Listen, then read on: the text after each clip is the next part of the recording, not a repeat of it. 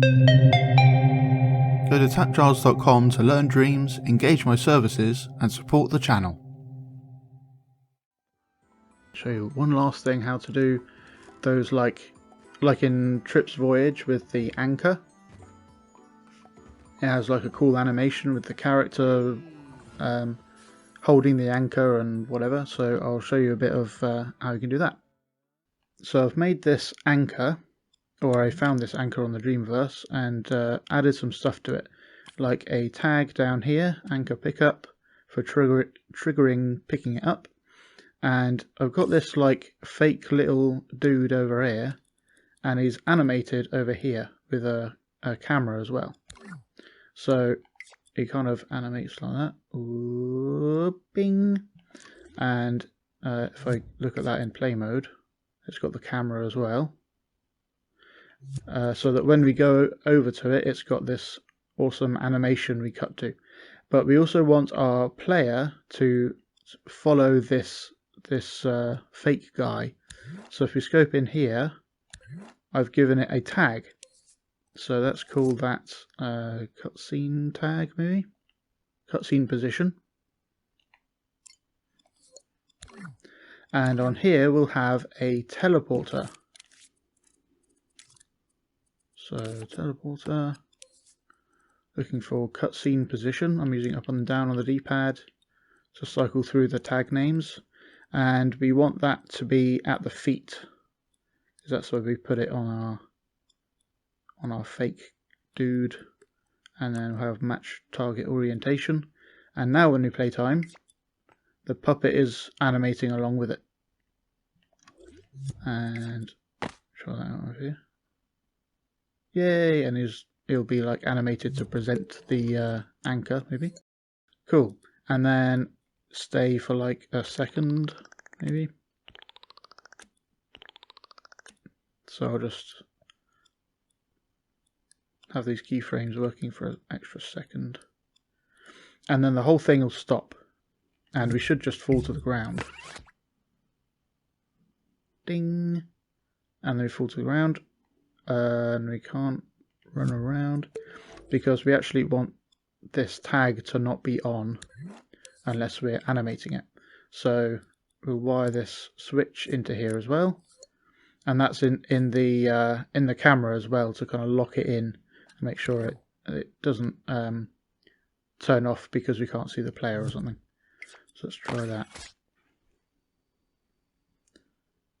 And then we just fall to the ground. Yay! And then we'd like destroy this whole thing and add to our variable saying we've collected the anchor. So I'll just make a variable quick to demonstrate that. So anchors, and cool, and then this will add to our anchor count at the end. Anchors, add 1, and then destroy the whole shebang. The whole group like that. So this is the affected objects. So this object, the entire group, will be destroyed by that destroyer when it gets to the end of that timeline. That should probably coincide here as well. Nice. So let's see if that part works. Yep, all destroyed. There you go. We should probably, I think that kind of flickered a bit actually. Let's have a look. Yeah, it kind of flickered back over here. So if we just put those so it's overlapping these keyframes, then it should stay in the right position when it disappears. Yay! Now when do we want to trigger that? When we get near this tag. So let's have a trigger zone called that looks for the tag. What was it called? Anchor pickup. So up on the D-pad to get back to the, it's in alphabetical order. There we go. And if that detects the tag, then it will send a signal, the tag will send a signal from here. So then we can just go into another mode saying that we're playing this animation. Let's get a selector and wire that in there. So these are like multiple modes of stuff happening. On A mode, it's just not doing anything, it's waiting to see what happens. And then when it detects this, it will go into B mode and send a signal to power our animation. And we don't need our test switch anymore. So that should be all dandy. Oh, one last thing, I will make sure the camera has disable controller sensor input, so that we're not like trying to jump and activate things or run around while we're watching this animation. And for good measure, I think what I'll do is turn on the black bars to indicate that it's an animation, so the player can't do anything.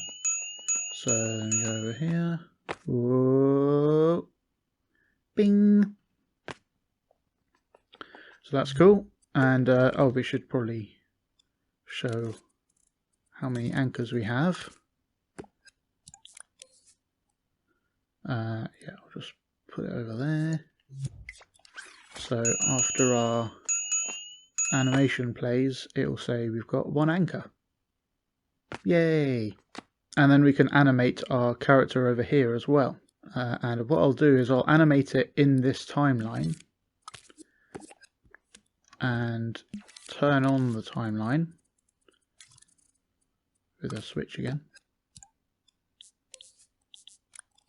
And then if we play time and put this to 0 playback speed, we can just kind of scrub to different points and animate stuff for our character in this timeline, but in its own separate timeline, so that we can just copy that out into the character and activate it a different way. This is just to let us properly animate things. We want it to not have any procedural animation. Oh. So we can turn those things off for the entirety of that.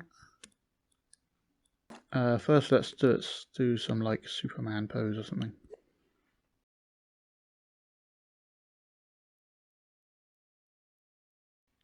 I'll just pause time because I think that's messing up.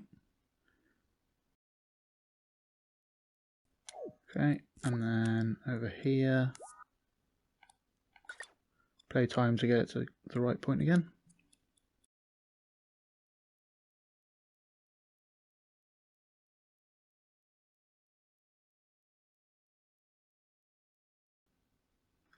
I want to see what I'm doing, so I'm going to turn off visual feedback, put it onto minimal. Now I can see the anchor properly.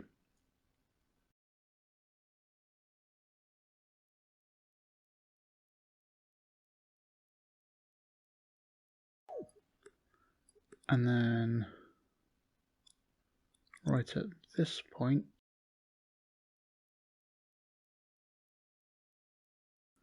that's probably fine. So I'll just like do that.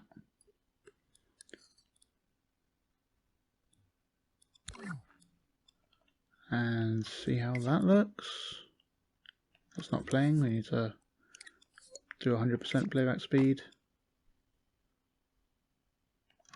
Cool. And that needs to carry to the end. Cool.